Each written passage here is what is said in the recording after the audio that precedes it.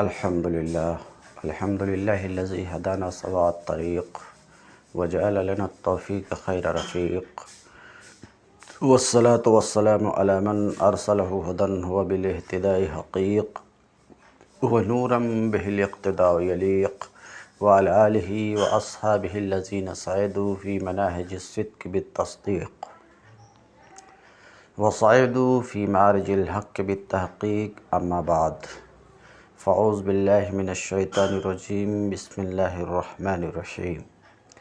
ان اللہ لا یستحیی ان یضرب مثلا ما بعودۃ فما فوقها فاما الذین آمنوا فیعلمون انہ الحق من ربہم واما الذین کفروا فیقولون ماذا اراد اللہ بہذا مثلا یضل بہ کثیرا ویہدی بہ کثیرا وما یضل بہ الا الفاسقین۔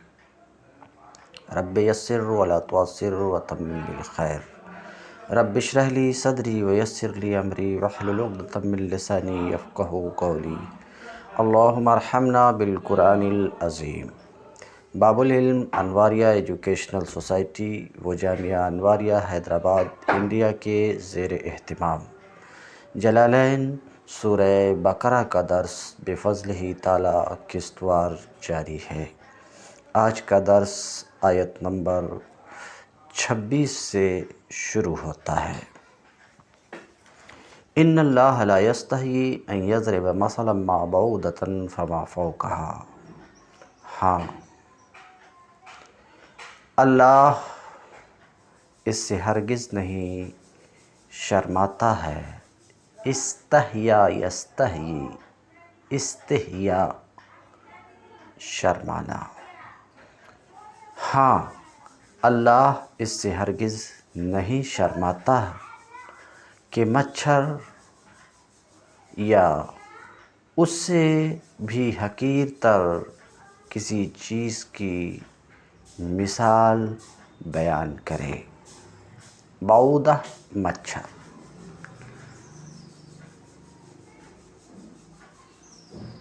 یہاں ایک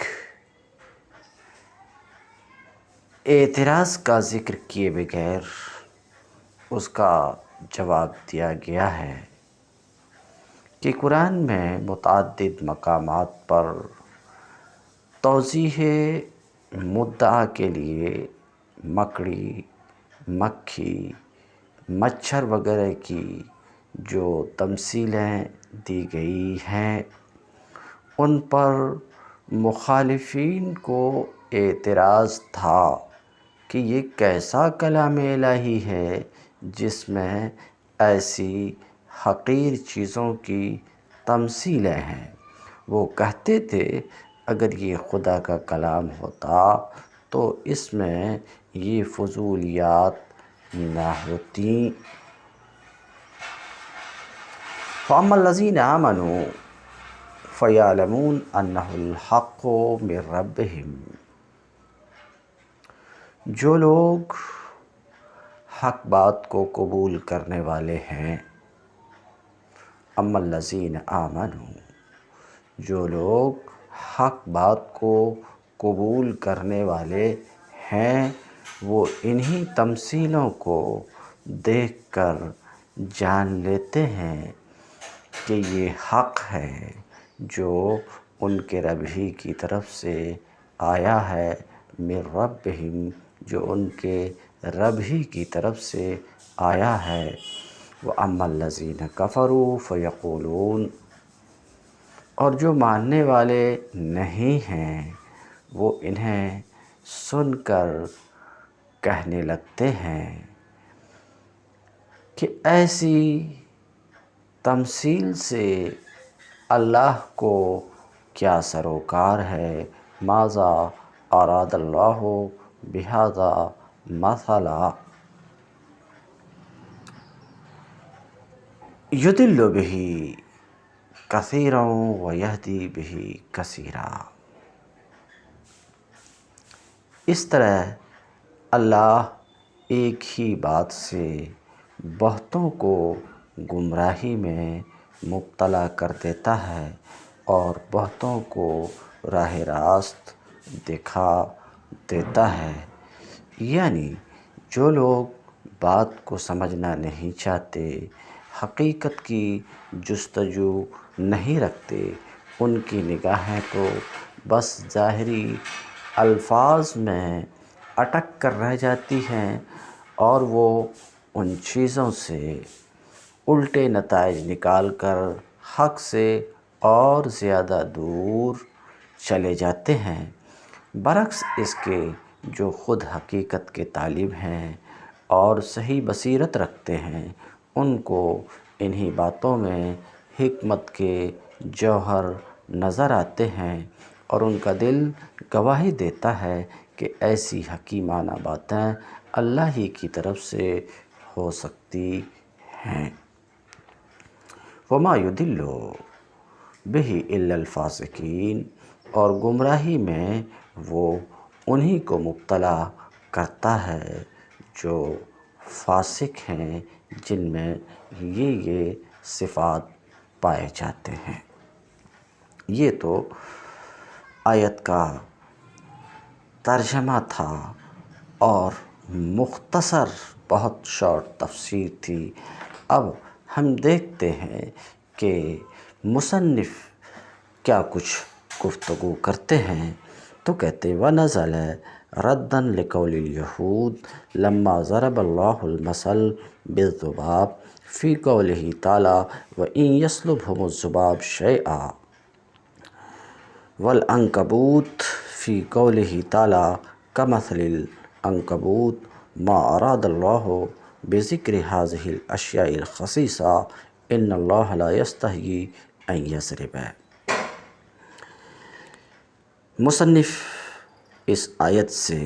مصنف اپنے اس عبارت سے آنے والی آیت ان اللہ لا یستحیی ان یضرب مثلا ما کا سبب نزول بیان کر رہے ہیں، شان نزول بیان کر رہے ہیں کہ اس آیت کے نزول کا سبب کیا ہے۔ تو کہتے ہیں نزل ردًا لقول الیہود، یہود کے اعتراض کے جواب میں یہ آیت نازل ہوئی ہے۔ یہود کا اعتراض کیا تھا اور کس پر تھا؟ تو اعتراض یہ کس پر تھا؟ اللہ رب العزت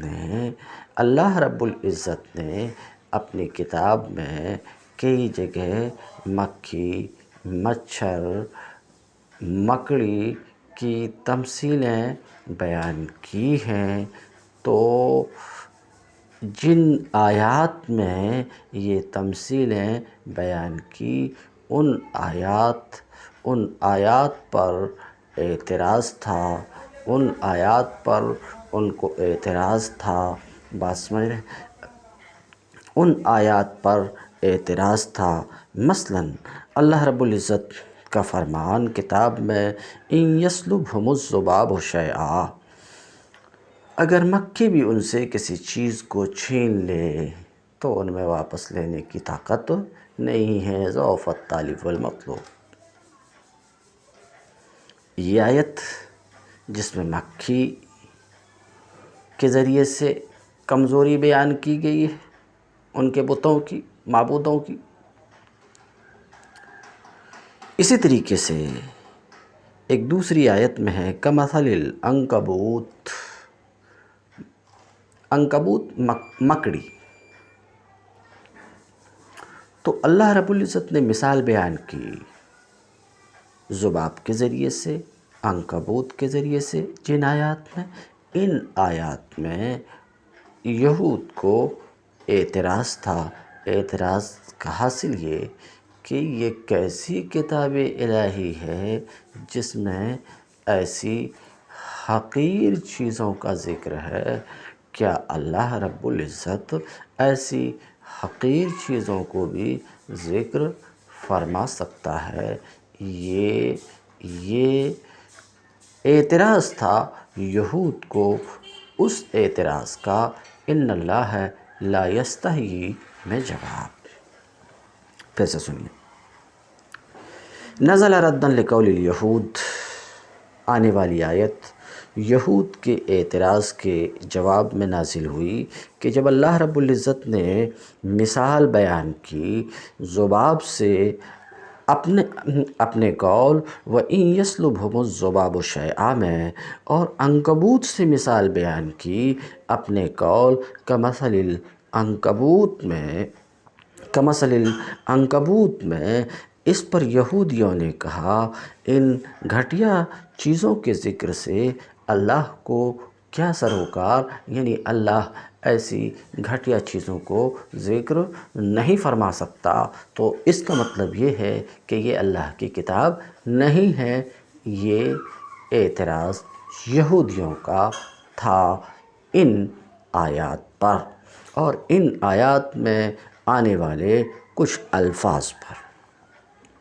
تو اس کا جواب، اعتراض ذکر کیے بغیر جواب، ان اللہ لا یستحیی ان یضرب مثلا ما بعودۃ فما فوقها، یقیناً اللہ رب العزت مثال بیان فرمانے سے حیا نہیں کرتا ہے، کسی بھی مثال کے بیان کرنے سے، خواہ وہ مچھر کی ہو یا اس سے حقیر تر چیز کی ہو۔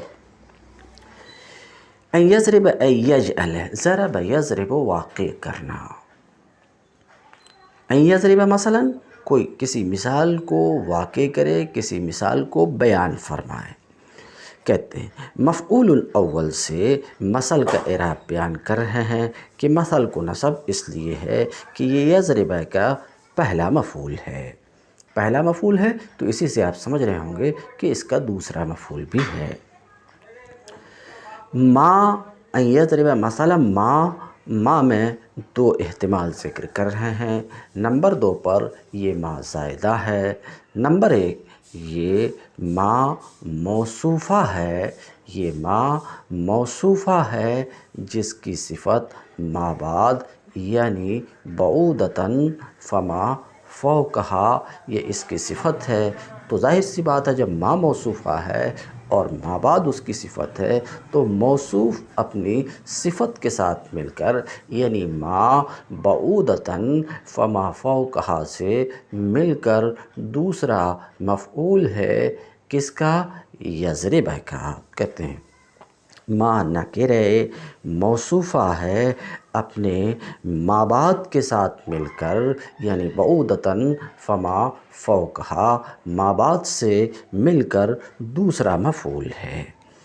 جب ما نکرہ ہے تو کہتے ہیں ای مثالین، کوئی بھی مثال، نکرہ موصوفہ، کوئی بھی مثال ہو، چاہے وہ بعودہ کی ہو یا فما فوقہا کی ایک تفسیر میں بیان کیا بھی، ایک اور تفسیر اس سے بھی حقیر تر چیز کی ہو۔ تو ایک تو یہ کہ ما اس جگہ نکرہ موصوفہ ہے، دوسرا احتمال یہ بھی ہے کہ ما زائدہ ہو خست کی تاکید کے لیے، اور اگر ما زائدہ ہے تو اس ما کے جو بعد ہے اور وہ بعودۃ فما فوقہا ہے وہ مفعول ثانی ہے۔ تو ما میں دو احتمال بیان کیا، ما موصوفہ بھی ہو سکتا، اگر موصوفہ ہے تو بعودۃ فما فوقہا اس کی صفت موصوف صفت سے مل کر مفعول دوم، اور یہ بھی احتمال ہے کہ ما یہاں پر زائدہ ہو، ما زائدہ ہو تو اس کے جو ما بعد ہے یعنی بعودہ فما فوقہا یہ یضرب کا دوسرا مفعول، اور پہلا مفعول تو سن ہی چکے ہیں مثلا۔ بعودہ مفرد لبعوض، یہ بعودہ بعوضۃً بعوض کا مفرد ہے، بعوض کا مفرد ہے۔ کہتے ہیں بعوض کا مفرد ہے، اور بعوض کسے کہتے ہیں؟ صغار البق، چھوٹے مچھر۔ فما فوقہا ای اکبر منہا، تو اللہ حیا نہیں فرماتا ہے کسی مثال کے بیان کرنے سے، خواہ وہ بعوضہ مچھر ہو، فما فوقہا یا اس سے بڑھ کر ہو، ما فوقہا کی دو تفسیر کی گئی ہے۔ ایک تفسیر مصنف کر رہے ہیں کہ اس سے مچھر ہو اور اس سے بڑھ کر جسامت میں، جثہ میں ایسی کسی چیز کے مثال کے بیان کرنے سے حیا نہیں فرماتا، تو فما فوقہا اکبر سے اشارہ کرنا چاہ رہے ہیں کہ مچھر سے جسامت میں جو بڑھ کر ہو اس کی مثال بیان کرنے سے بھی حیا نہیں کرتا، جس طریقے سے کہ مچھر کی مثال بیان کرنے سے حیا نہیں کرتا۔ تو اکبر سے اشارہ کرنا چاہ رہے ہیں مچھر سے جسامت میں جو بڑھ کر ہو۔ یہ ایک تفسیر فما فوقہا کی ہے۔ اس کی ایک دوسری بھی تفسیر کی گئی ہے اور محققین اسی تفسیر کی طرف مائل ہوئے ہیں کہ مچھر اور اس سے حقیر تر چیز، مچھر اور اس سے بھی حقیر تر چیز، مچھر جسے تم حقیر کہہ رہے ہو اس سے بھی حقیر تر چیز کی مثال بیان کرنے سے اللہ حیا نہیں فرماتا۔ یہ دو تفسیر فما فوقہا کی گئی ہے، مگر مصنف نے جو تفسیر کی کہ مچھر سے جسامت میں جو بڑی چیز ہو، مچھر سے جسامت میں جو بڑی چیز ہو، مصنف کی اس تفسیر کو بھی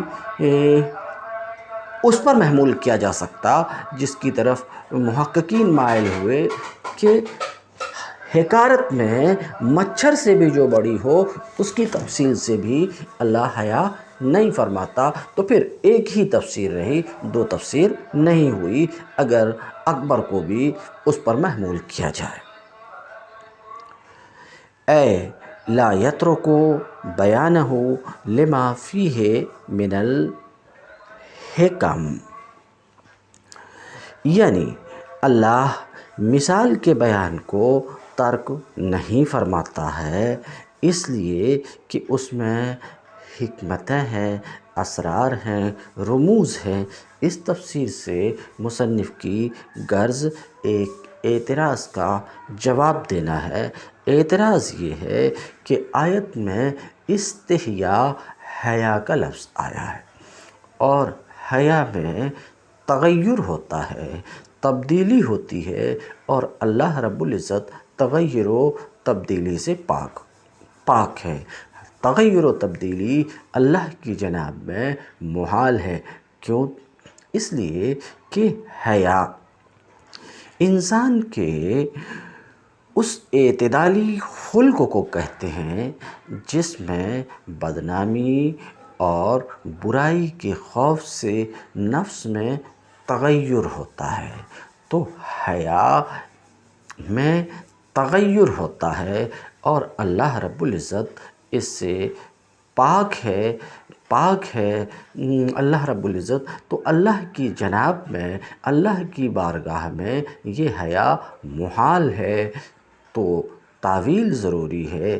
تو یہاں تعویل ضروری ہے تو اس کی تعویل کر رہے ہیں لا یستحیی، لا یترکو کے معنی میں ہے اس طور پر کہ حیا کو ترک لازم ہے۔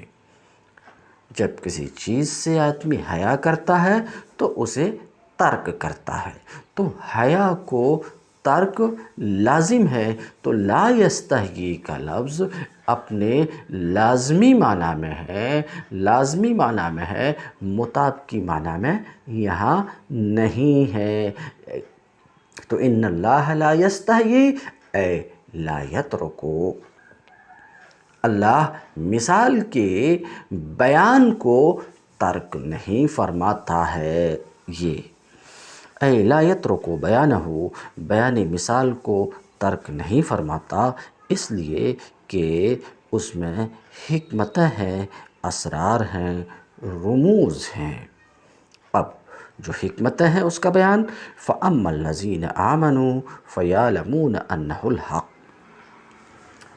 جو لوگ حق بات کو قبول کرنے والے ہیں، الَّذِينَ آمَنُوا، جو لوگ حق بات کو قبول کرنے والے ہیں، حق بات کو ماننے والے ہیں، یعنی جن لوگوں میں حق کی طلب، تلاش، جستجو ہے، اللہ جب کوئی مثال بیان فرماتا تو جن میں حق کی جستجو ہے اور جو حق کو قبول کرنے والے ہیں، فَيَعْلَمُونَ وہ تو جان لیتے ہیں، کیا جان لیتے ہیں؟ أَنَّهُ الْحَقُّ کہ یہ مثال حق ہے۔ المثل سے اشارہ کرنا چاہ رہے ہیں کہ ہاں کی ضمیر مثل کی طرف راجع ہے، بات صاف ہے، یہ مثال حق ہے۔ الثابت حق کی تفسیر ثابت سے یہ اس طور پر کہ حق، ثبوت، وجود، کون الفاظ مترادفہ ہے اور لفظ مترادف سے تفسیر تو درست ہے ہی، ایک لفظ کی اس کے مترادف سے تفسیر الغضنفر الاسد، تو غضنفر اور اسد یہ مترادف ہیں، تو چونکہ حق اور ثبوت الفاظ مترادفہ میں سے ہیں اس لیے حق کی تفسیر انہوں نے ثابت سے کی۔ جو قبول کرنے والے ہیں وہ جان لیتے ہیں کہ یہ حق ہے، یعنی الثابت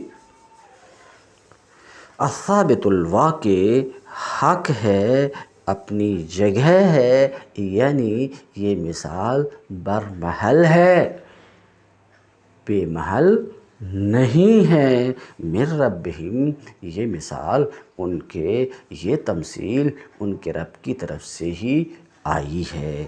وَأَمَّا الَّذِينَ كَفَرُوا فَيَقُولُونَ اور جو حق کو قبول کرنے والے نہیں ہیں، حق کا انکار کرنے والے ہیں، حق کو ٹھکرانے والے ہیں، وہ کہتے ہیں، حق کو قبول کرنے والے تو وہ جان لیتے ہیں کہ یہ مثال برمحل ہے اور یہ مثال ان کے رب کی طرف سے ہی ہے، اور جو قبول کرنے والے نہیں ہیں وہ کہتے ہیں، کیا کہتے ہیں؟ ماذا اراد اللہ بہذا مثلا، اس مثال سے، اس تمثیل سے اللہ کی کیا مراد ہے، اللہ کو کیا سروکار ہے، یعنی اس مثال میں کوئی فائدہ نہیں ہے، اس مثال میں، اس تمثیل میں کوئی فائدہ نہیں ہے، اس مثال میں، اس تمثیل میں کوئی تمیز اے بہذا المثل، تمیز سے مصنف کی غرض مثلاً کا اعراب بیان کرنا ہے کہ مثلاً کو نصب ہے اس وجہ سے کہ تمیز ہے، اے بہذا المثل اللہ تعالیٰ کی اس مثل سے کیا مراد ہے، ماذا اراد اللہ بہذا مثلا اس مثال سے اللہ کی کیا مراد ہے، اللہ کو اس مثال سے کیا سروکار ہے، یعنی کوئی سروکار اس مثال سے، ایسی مثال سے نہیں ہے، کوئی سروکار ایسی مثال سے نہیں ہے، نہیں ہو سکتی ہے، لہٰذا یہ کلام اللہ کا نہیں ہو سکتا، ایسا یہود اپنے اعتراض میں کہتے ہیں۔ کہتے وما استفہام و انکار، معترض کے قول میں ماذا اراد اللہ بہذا مثلا جس کو اللہ رب العزت نے نقل فرمایا ہے، معترض کی اس قول میں ما استفہام انکاری مبتدا ہے، یعنی ما اس میں استفہام ہے، مبتدا ہے، استفہام انکار کے معنی میں ہے، تو ما اراد اللہ یعنی اللہ کو اس مثال سے کوئی سروکار نہیں ہے، استفہام انکاری مبتدا ہے، تو ما مبتدا ہے، اور ذا ما کے بعد جو ذا ہے، ذا الذی کے معنی میں اس میں موصول ہے، ذا الذی کے معنی میں اس میں موصول ہے، اراد اللہ بہذا مسئلہ جملہ فعلیہ خبریہ ہو کر صلہ ہے ذا اس میں موصول کا، تو کہتے ہیں ذا الذی کے معنی میں اپنے صلہ کے ساتھ مل کر، اپنے صلہ کے ساتھ مل کر، صلہ کون ہے؟ اراد اللہ بہذا مسئلہ، موصول کون ہے؟ ذا، موصول اپنے صلہ سے مل کر خبر ہے ما اس میں استفہام برائے انکار مبتدا کی، کہتے ہیں ذا اپنے صلہ کے ساتھ مل کر، ذا اپنے ذا جو صلہ ہے، ذا جو موصول ہے اپنے صلہ یعنی اراد اللہ بہذا مسئلہ اس کے ساتھ مل کر خبر ہے اس کی، ما کی خبر ہے۔ اعراب پورے طور پر اور ترکیب مصنف نے اس آیت کی، اس جملے کی بیان کی۔ ای فائدہ، یہ تفسیر سے کہ ما استفہام انکاری ہے، یعنی کیا فائدہ ہے، کون سا فائدہ ہے اس مثال میں، مطلب یہ کہ کچھ بھی فائدہ نہیں ہے، تو یہ بے فائدہ بات ہے، بیکار بات ہے، اور اللہ کے کلام میں بیکار بات نہیں ہو سکتی، لہٰذا یہ اللہ کا کلام نہیں ہے۔ ایسا یہود کہتے تھے، یہ اعتراض تھا یہود کا۔ قال تعالی فی جوابہم، تو اللہ رب العزت نے ان یہودیوں کے اس قول کے جواب میں فرمایا، کیا فرمایا؟ یضل بہ کثیرا ویہدی بہ کثیرا، ایک ہی بات سے اللہ بہتوں کو گمراہ کرتا، وہی ایک مثال، مثلا ایک ہی بات سے بہتوں کو گمراہ کرتا ہے اور بہتوں کو ہدایت دیتا ہے، یہ اعتراض کا جواب ہے۔ دیکھیے، مخاطب اگر طالب حق ہو، حق کا طالب ہو، منصف ہو، تو جواب میں حکیمانہ جواب مقتضائے حال کے مطابق ہوتا ہے۔ لیکن اگر مخاطب معاند ہے، شریر ہے، ضدی ہے، تو اس وقت حکیمانہ جواب ان کو کوئی فائدہ نہیں دیتا، بلکہ ضدی شخص کو سخت لب و لہجے کا جواب ہی چاہیے، اس لیے اس جواب میں سخت لب و لہجہ ہے، کیونکہ یہاں مخاطب معاند ہے، ضدی ہے، شریر ہے، اس وجہ سے سخت لب و لہجہ کا استعمال ہوا کہ ایک ہی بات سے اللہ بہتوں کو گمراہ کرتا ہے۔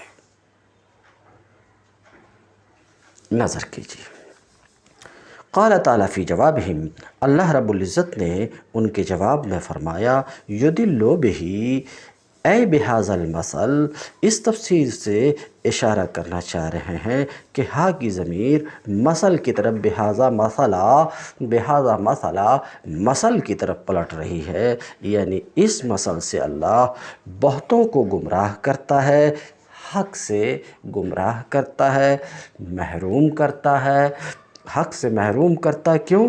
لِکُفْرِہِم، حق سے محروم کرتا کیوں؟ لِکُفْرِہِم بِہِ، یہ مصنف کہہ رہے ہیں بہتوں کو حق سے محروم کرتا ہے، حق سے گمراہ کرتا کیوں؟ اس مثال کے انکار کرنے کی وجہ سے، ان کے انکار کرنے کی وجہ سے، ان کے ٹھکرانے کی وجہ سے، ان کے قبول نہ کرنے کی وجہ سے اس مثال کو، یعنی چونکہ اس مثال کے ساتھ جو اللہ نے بیان کی وہ اس مثال کو ٹھکرا دیتے ہیں، ٹھکرا دیے، اس وجہ سے اللہ نے ان کو گمراہ کیا، تو اس مثال کے ساتھ کفر کرنے کی وجہ سے اللہ نے انہیں گمراہ کیا۔ وَيَهْدِي بِهِ كَثِيرًا، اور اسی مثال کے ذریعے سے اللہ بہتوں کو ہدایت دیتا ہے، بہتوں یعنی ماننے والوں کو، حق کے قبول کرنے والوں کو، ایمان لانے والوں کو ہدایت دیتا، کیوں؟ ان کے اس کی تصدیق کرنے کی وجہ سے بات صاف ہے۔ وما يضل به الا الفاسقین، ایک مسئلہ بہت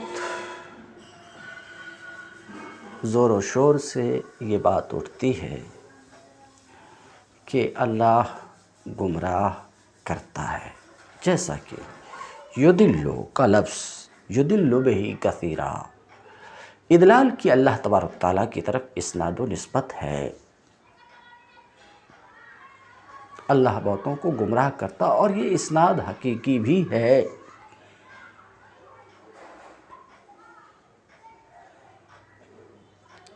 تو کیا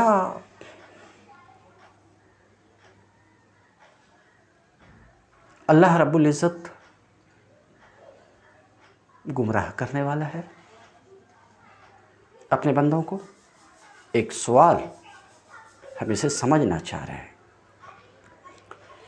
کیا اللہ رب العزت اپنے بندوں میں سے کچھ کو گمراہ کرنے والا ہے؟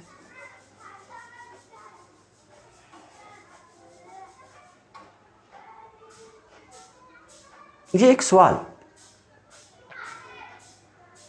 تو کہیں گے یہ سوال تو مشکل نہیں ہے، یضل بہ کثیرا، اضلال کی نسبت اللہ تعالیٰ کی طرف ہے یہاں پہ، تو اللہ گمراہ بھی کرتا ہے، یہدی ہدایت بھی دیتا ہے۔ اس سوال کا جواب تو یہاں پر موجود ہے۔ تو گمراہ کرنے کی نسبت اللہ تعالیٰ کی طرف، یہ تو اسی کلام میں موجود ہے، جواب تو بالکل واضح ہے۔ اگر آپ ایسا کہیں گے تو میں کہوں گا بات صرف اتنی رہتی، یضل بہ کثیرا ویہدی بہ کثیرا، تو بات ختم ہو جاتی، جو کچھ آپ نے کہا تھا مسئلہ وہاں ختم ہو جاتا تھا۔ مگر اس سے متصل بھی تو ایک جملہ ہے، اور اس جملے کے ساتھ 3 جملے ہیں۔ ذرا اس سے جو متصل جملہ ہے اسے بھی دیکھ لیجئے، کیا جملہ ہے اس سے متصل؟ وما یضل بہ الا الفاسقین، اس جملے سے متصل یضل بہ کثیرا، ذرا دھیان سے سنیے گا، یضل بہ کثیرا ویہدی بہ کثیرا، میں اللہ رب العزت نے اضلال کی اپنی طرف نسبت کی، یہ ہے۔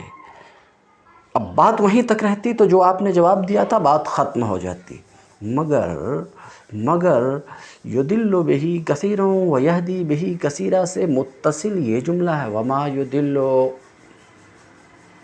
یہ بھی تو دیکھیے، پہلے جملے میں اضلال کی اسناد ہے اللہ تعالیٰ کی طرف، ذرا دھیان سے سنیے گا، اور دوسرے جملے میں وما یضل، اضلال کی نفی کی اللہ رب العزت نے اپنے سے۔ تو متصل دو جملہ ہے، پہلے جملے میں اضلال کی اللہ رب العزت نے اپنی طرف نسبت کی، اور دوسرے جملے میں اپنے سے اضلال کی نفی کی۔ ما نفی کے لیے آتا سب کو معلوم ہے، تو کیا سمجھا جائے؟ مضل بھی ہے، مضل نہیں بھی ہے؟ اگر ایسا بولو تو بولیں گے کہ یہ تو اجتماع نقیضین، اجتماع متنافیین، اجتماع متضادین ہے، اللہ مضل بھی ہے اور مضل نہیں بھی ہے، گمراہ کرنے والا بھی ہے، گمراہ کرنے والا نہیں بھی ہے، دونوں جملے کو تو سامنے ہے۔ پہلا جملہ یہ اس بات کو بتا رہا ہے کہ اللہ مضل ہے، گمراہ کرنے والا ہے، وما یضل اس بات کو بتا رہا ہے کہ لیس بمضل، اور یہ اجتماع متنافیین ہے۔ تو یہاں تعویل تو کرنی پڑے گی، تعویل یعنی بات کو سمجھنی پڑے گی کہ بات ہے کیا، اس کو سمجھنا پڑے گا، اصل مسئلہ ہے کیا۔ تو مسئلے کا جواب یہیں پر ہے، وما یضل بہ الا الفاسقین۔ ذرا نظر کیجئے، وہ گمراہ ہی میں مبتلا نہیں کرتا ہے، وہ گمراہ نہیں کرتا ہے الا الفاسقین، مگر انہی لوگوں کو جو فاسق ہیں۔ فاسق فسق سے بنا ہے، فسق کا معنی لغت میں خروج کے ہے۔ فاسق کو فاسق اس لیے کہا جاتا ہے کہ اللہ کی اطاعت سے، اللہ کی فرما برداری سے وہ نکل گیا، تو اللہ کی فرما برداری سے نکل جانے والا شخص فاسق ہے۔ یعنی فاسق وہ ہے جو اللہ کی اطاعت و فرما برداری کے پٹے کو اپنے گلا سے نکال کر باہر کر دیا، وہ ہے فاسق۔ تو اب وما یضل بہ الا الفاسقین، اوپر میں یہ بات کہی گئی کہ اللہ بہتوں کو گمراہ کرتا، بہتوں کن کو؟ اس کی تفسیر یہاں پر ہے فاسقین۔ ذرا دیکھیے، بہتوں کو گمراہ کرتا، بہتوں کس کو؟ اس کی تفسیر ہے کیا؟ فاسقین۔ بہتوں یعنی فاسقین کو گمراہ کرتا۔ تو اللہ گمراہ کرتا ہے، گمراہ نہیں کرتا ہے؟ گمراہ کرتا ہے کس کو؟ الفاسقین، بہتوں کو، وہ فاسقین ہیں۔ تو ذرا نظر کیجئے کہ اللہ، ذرا دھیان سے سنیے، اللہ انہی کو گمراہ کرتا ہے جنہوں نے اللہ ہدایت سے محروم کرتا ہے۔ اللہ ہدایت سے محروم کرتا ہے کن کو ہدایت سے محروم کرتا ہے؟ جنہوں نے اپنے عزم سے، اپنے ارادے سے طاعت خداوندی، اللہ رب العزت کی فرما برداری کے پٹکے کو نکال کر کے باہر کر دیا۔ تو جنہوں نے یہ فیصلہ کر لیا کہ ہمیں باغی بن کر کے رہنا ہے، نافرمان بن کر کے رہنا ہے، ہمیں گمراہ رہنا ہے،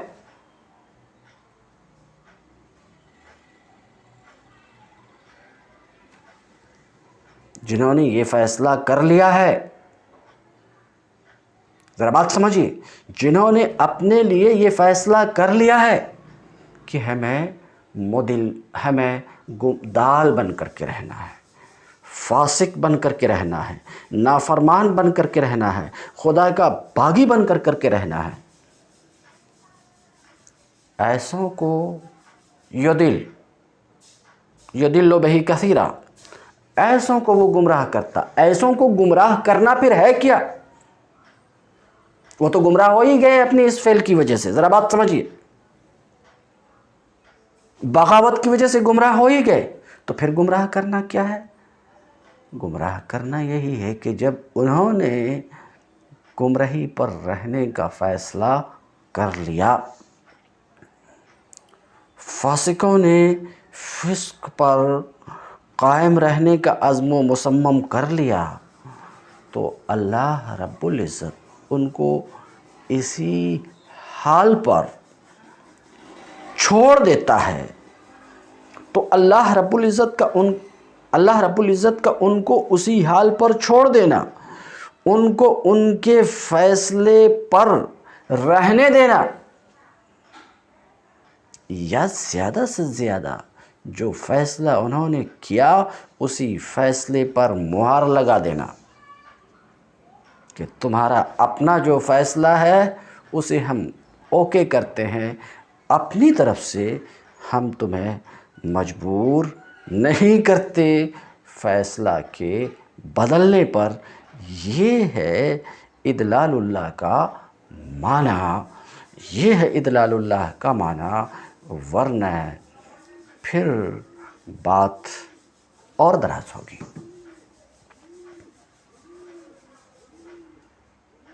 تو اس گفتگو کا حاصل یہ کہ اللہ ہدایت سے محروم کر دیتا ہے یہ دل ان کو جن کا اپنا فیصلہ یہ ہوتا ہے، جنہوں نے اپنے حق میں یہ فیصلہ کر لیا ہو کہ ہمیں حق اور ہدایت اور سچائی کا چہرہ نہیں دیکھنا، ایسوں کو ہدایت سے محروم کرتا ہے۔ اشارہ یہاں پر بھی ہے، وَأَمَّا الَّذِينَ كَفَرُوا، جنہوں نے حق کے قبول کرنے سے انکار کر دیا، جنہوں نے حق کے قبول کرنے سے انکار کر دیا، جنہوں نے یہ فیصلہ کر لیا ہے کہ ہمیں حق کو قبول نہیں کرنا، ایسوں کو گمراہ کرتا، یہ معنی ہے یہاں پر۔ وَمَا يُضِلُّ بِهِ إِلَّا الْفَاسِقِينَ،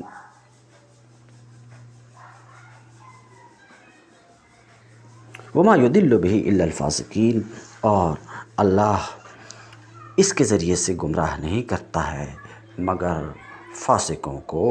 الخارجین عن طاعتہ سے فاسق کی وجہ تسمیہ کی طرف اشارہ کرنا چاہ رہے ہیں۔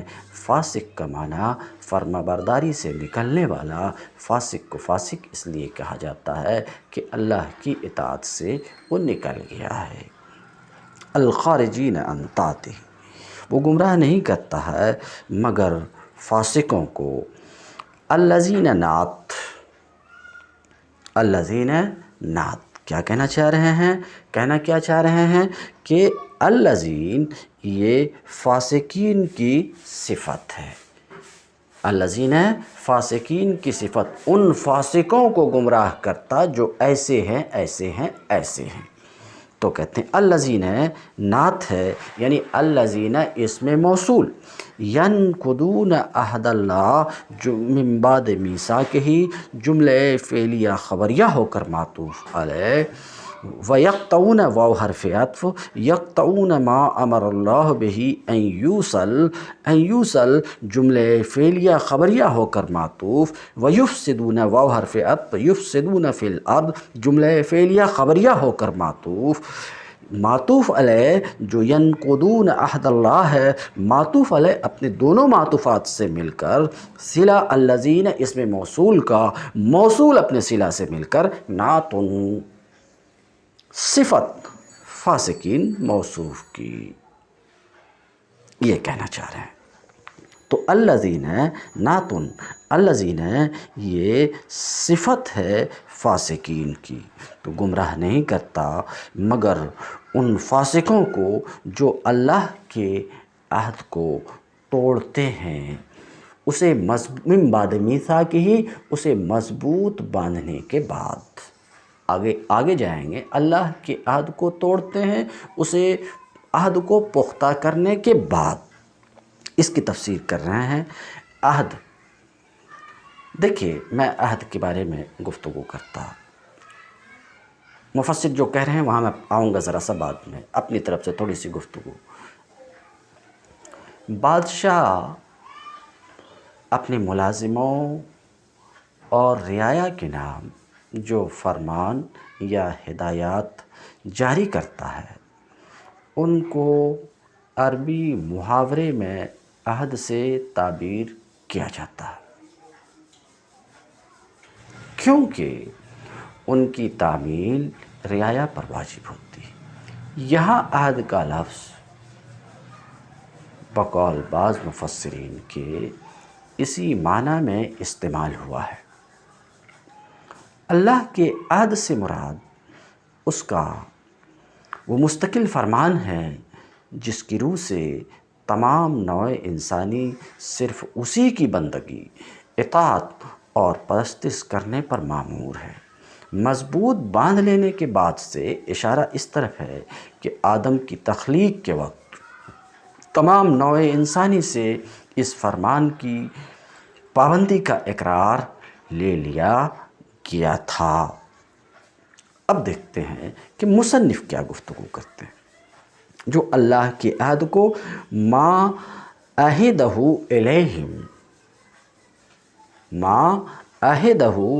الیہم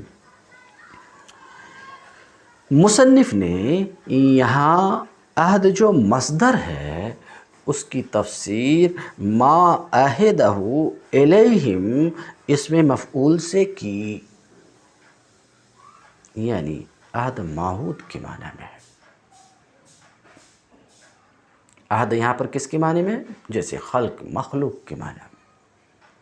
تو ما عہدہ الیہم سے اشارہ کرنا چاہ رہے ہیں یہاں عہد کس کے معنی میں ہے؟ معہود کے معنی میں۔ کیوں؟ اس لیے کہ عہد جو اللہ کا امر ہے،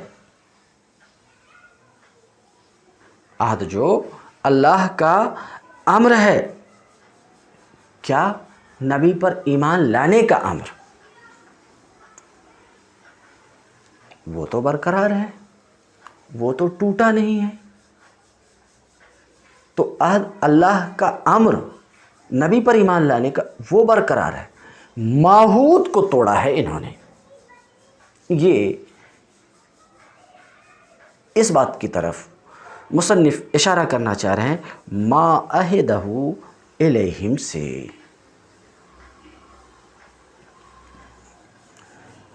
آپ نے سماعت فرمایا؟ کہتے ہیں عہد اللہ اے ما عہدہ الیہم، اللہ نے جو ان سے عہد لیا، کہاں؟ فی الکتب، کتابوں میں،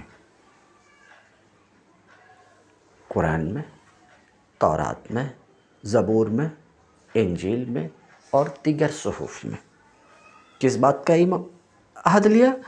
من الایمان بمحمد، محمد پر ایمان لانے کا جو عہد لیا، اور اس کو انہوں نے مضبوط باندھا، مگر باندھنے کے بعد بھی اسے توڑ دیا۔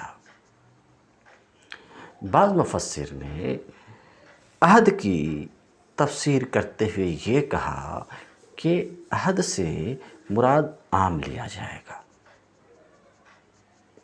جس میں اللہ اور بندوں کے درمیان جو عہد الستو ہوا وہ بھی داخل ہو جائے، اور انبیاء سابقین سے جو عہد نبی کریم علیہ السلام کی توثیق و نصرت کا لیا گیا وہ بھی داخل رہے۔ بعض مفسرین نے ایسا کہا، من بعد میثاقہ، اس کو مضبوط باندھنے کے بعد۔ تو جو اللہ کے عہد کو توڑتے ہیں، مضبوط باندھنے کے بعد، پختہ کرنے کے بعد، وَيَقْطَعُونَ مَا أَمَرَ اللَّهُ بِهِ أَن يُوصَلَ وَيَقْطَعُونَ مَا أَمَرَ اللَّهُ بِهِ أَن يُوصَلَ مِنَ الْإِيمَانِ بِالنَّبِي صلی اللہ علیہ وسلم، اور کاٹتے ہیں، یقطعون اور کاٹتے ہیں،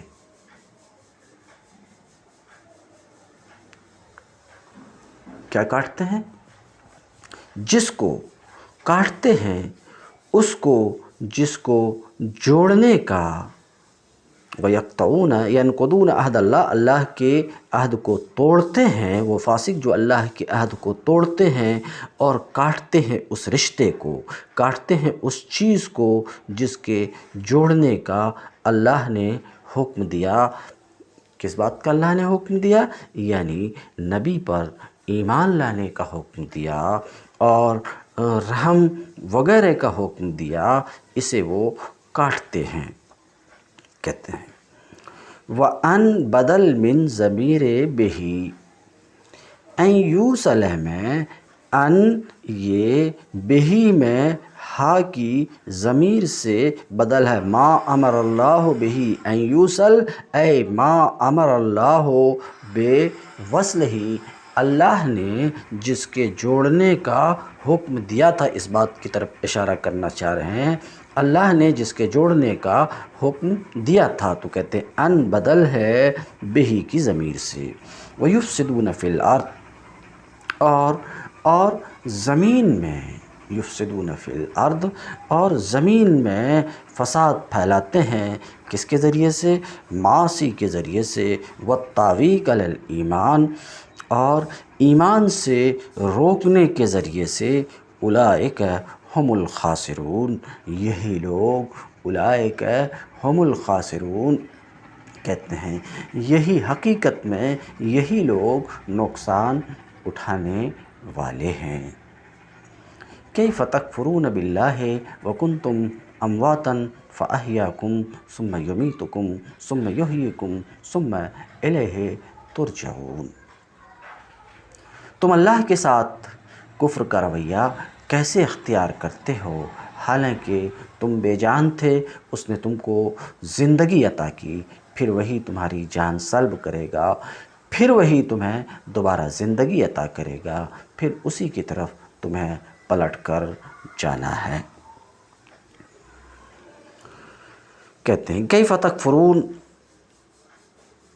باللہ، تم اللہ کے ساتھ کفر کا رویہ کیسے اختیار کرتے ہو، یا اہل مکہ، اے مکہ والو، اے مکہ والو۔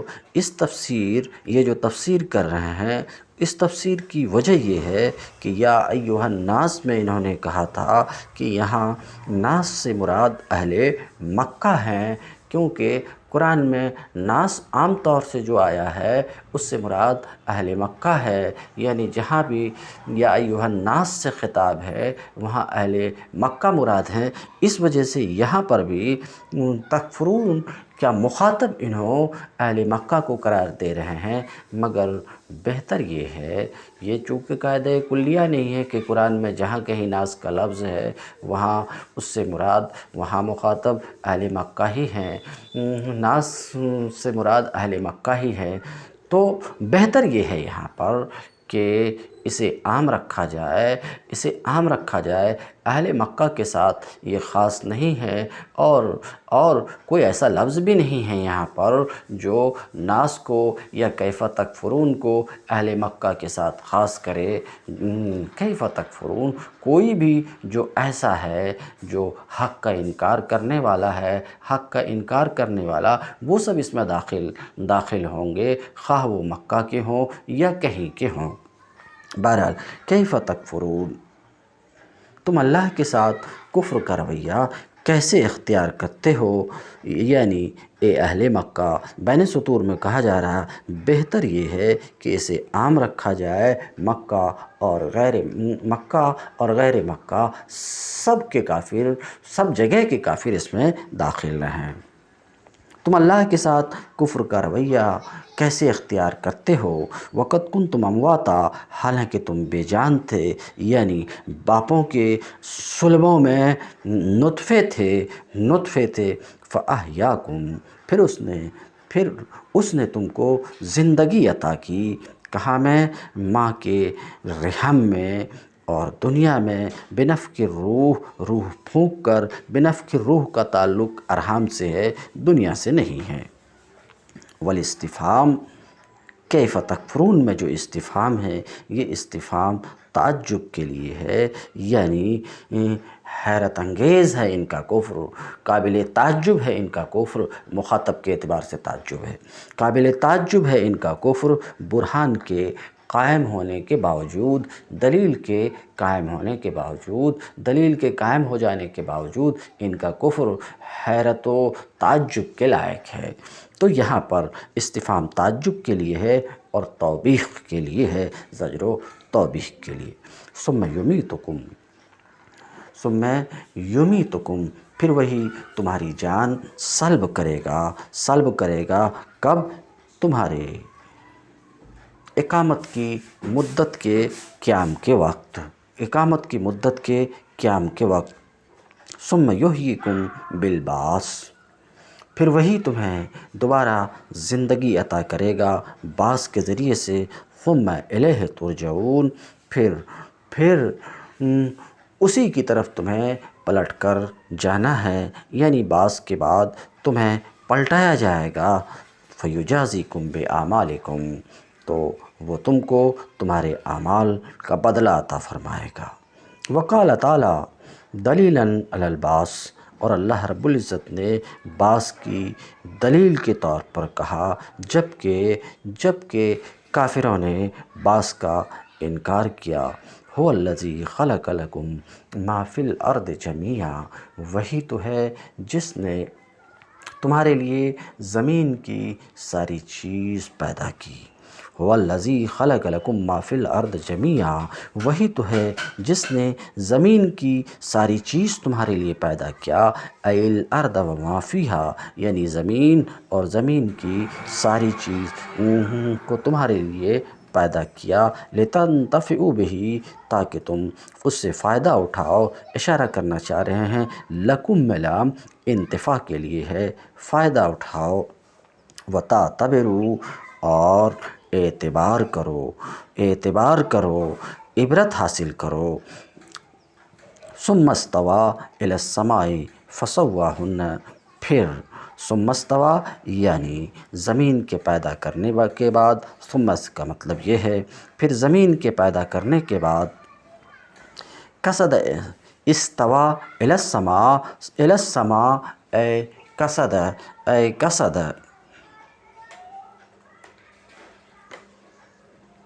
ثم استوى اے بعد خلق الارض، یعنی زمین کے پیدا کرنے کے بعد، ثم استوى الی السماء، پھر آسمان کا قصد کیا۔ بعد خلق الارض، مصنف اپنی اس عبارت سے اس بات کی طرف اشارہ کرنا چاہ رہے ہیں کہ ثم یہ تراخی کے لیے ہے، پھر یعنی زمین کے پیدا کرنے کے بعد قصد کیا کس کا؟ آسمان کے پیدا کرنے کا۔ تو بعد خلق الارض سے اس بات کی طرف اشارہ ہے کہ ثم تراخی کے لیے ہے، بعدیت کا معنی دینے کے لیے ہے۔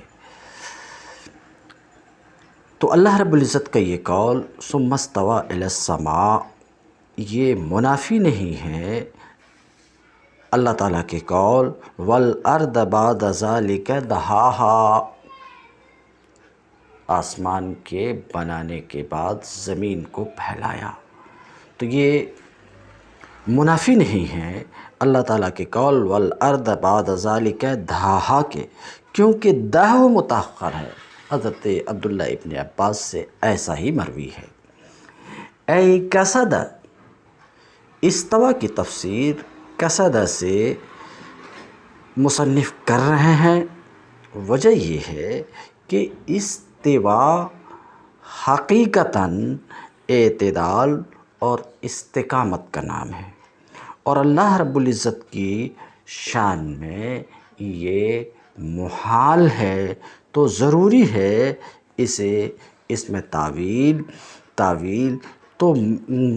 تعویل ضروری ہے، اور تعویل وہ یہ ہے کہ استوا یہاں پر قصد کے معنی میں ہے، اس وجہ سے کہ اس کا صلہ الی لایا گیا ہے۔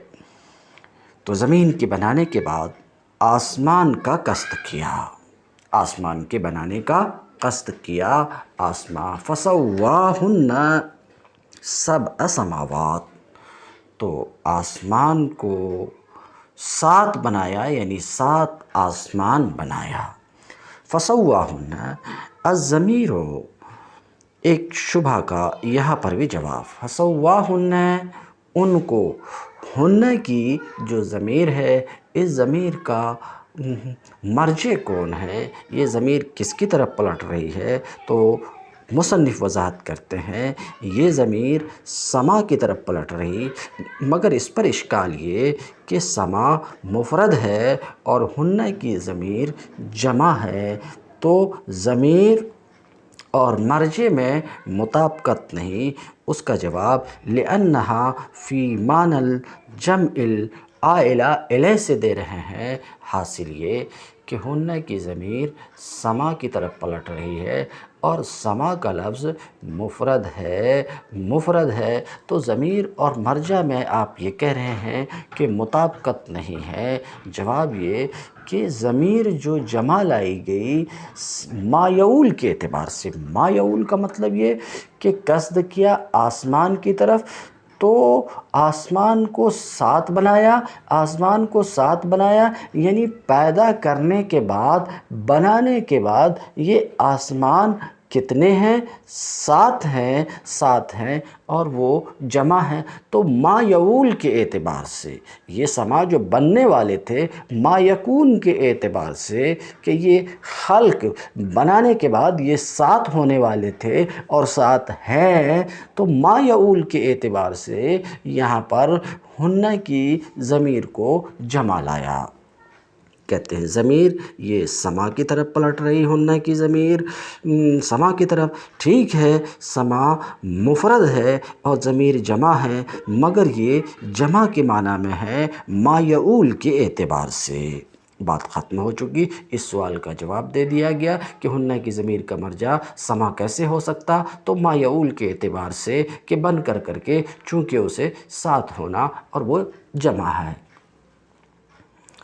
اے سیرہا، یہ سیرہا یہ تفسیر ہے سوا کی۔ یہ تفسیر ہے کس کی؟ سوا کی۔ فسواہن سبع سماوات، تو سوا فعل با فاعل ضمیر اللہ کی طرف پلٹ رہی ہے، ہن اس کا پہلا مفعول ہے اور سبع سماوات دوسرا مفعول ہے۔ تو کہتے ہیں سیرہا یعنی بنایا آسمان کو، 7 آسمان۔ تو سوا کی تفسیر سیرہ سے انہوں نے کیا، مگر ظاہر سی بات ہے کہ تسویہ تسییر کے معنی میں شائع اور ضائع نہیں ہے، معروف نہیں ہے لغت میں، اس وجہ سے معروف نہیں ہے۔ تو اس بات کے اوپر کہ تسویہ تسییر کے معنی میں ہے، سوا کی تفسیر سیرہ سے کیا، تسویہ یہاں تسییر کے معنی میں ہے، تسییر کے معنی میں ہے، چونکہ یہ لغت میں شائع نہیں ہے، تو اس بات کے اوپر استدلال کر رہے ہیں اللہ تعالیٰ کے ایک دوسرے قول فقضاہن، اے سیرہن بنایا ان کو۔ تو اس آیت سے یہ بات ثابت ہوئی کہ سوا یہاں پر تسییر کے معنی میں ہے، کیونکہ دوسری جگہ اسی کی تعبیر کی گئی قضاہن سے۔ تو بنایا 7 آسمان، وَهُوَ بِكُلِّ شَيْءٍ عَلِيمٌ، اور وہ ہر چیز کا علم رکھنے والا ہے۔ اس جملے میں وَهُوَ بِكُلِّ شَيْءٍ عَلِيمٌ میں 2 حقیقتوں پر متنبہ فرمایا گیا ہے۔ ایک یہ کہ تم اس خدا کے مقابلے میں کفر و بغاوت کا رویہ اختیار کرنے کی جرأت کیسے کرتے ہو، جو تمہاری تمام حرکات سے باخبر ہے، جس سے تمہاری کوئی حرکت چھپی نہیں رہ سکتی۔ دوسرے یہ کہ جو خدا تمام حقائق کا علم رکھتا ہے، جو در حقیقت علم کا سرچشمہ ہے، اس سے منہ موڑ کر بجز اس کے کہ تم جہالت کی تاریکیوں میں بھٹکو، اور کیا نتیجہ نکل سکتا ہے جب اس کے سوا علم کا اور کوئی سرچشمہ ہی نہیں ہے، جب اس کے سوا اور کہیں سے وہ روشنی نہیں مل سکتی جس میں تم اپنی زندگی کا راستہ صاف دیکھ سکو، تو آخر اس سے روگردانی کرنے میں کیا فائدہ تم نے دیکھا ہے؟ وَهُوَ بِكُلِّ شَيْءٍ عَلِيمٌ، اور وہ ہر ایک چیز کا جاننے والا ہے، اجمالی طور پر بھی اور تفصیلی طور پر بھی۔ افلا تعتبرون ان القادر علی خلق ذلک ابتداء، تو کیا تم اعتبار نہیں کرتے، قیاس نہیں کرتے، اندازہ نہیں کرتے کہ جو ہستی ان چیزوں کے پیدا کرنے پر ابتداءً قادر ہے، آسمان اور زمین کے پیدا کرنے پر ابتداءً قادر ہے، اور آسمان و زمین کا پیدا کرنا یہ تمہارے پیدا کرنے سے زیادہ بڑھ کر کے ہے، زیادہ بڑی بات ہے، تو جو ہستی ابتداءً ان چیزوں کے پیدا کرنے پر قادر ہے تمہارے اعادہ پر بھی قادر ہے، کیا تم اعتبار نہیں کرتے؟ اعتبار نہیں کرتے؟ دیکھیے بات بالکل واضح ہے، بات بالکل واضح ہے کہ دنیا کے عقلاء کا اس بات پر اتفاق ہے کہ اتفاق ہے اس بات پر کہ اعادہ آسان ہے ایجاد سے، ایجاد مشکل ہے اعادہ سے، تو جو ہستی ایجاد پر قادر ہے، تمہارے بنانے پر قادر ہے، تمہارے پیدا کرنے پر قادر ہے، اور تم سے بڑی بڑی چیز زمین و آسمان کے بنانے پر قادر ہے، تو جو ہستی ایجاد پر قادر ہے دنیا کے عقلاء کے فیصلے کے مطابق وہ اعادہ پر یقیناً قادر ہوگی، تو کیا تم قیاس نہیں کرتے، اس بات کا اندازہ نہیں کرتے، اعتبار نہیں کرتے کہ وہ ہستی جو تم سے بڑی بڑی چیزوں کے پیدا کرنے پر قادر ہے یقیناً تمہارے دوبارہ پیدا کرنے پر بھی قادر ہے؟ کیا تم قیاس نہیں کرتے؟ تمہیں قیاس کرنا چاہیے اور اعتبار کرنا چاہیے اور اس نتیجے تک پہنچنا چاہیے کہ یقیناً جو ہستی اتنی بڑی بڑی چیزوں کے پیدا کرنے پر قادر ہے وہ تمہارے اعادہ پر بھی قادر ہے۔ تم الدرس اليوم، وآخر دعوانا ان الحمد للہ رب العالمین۔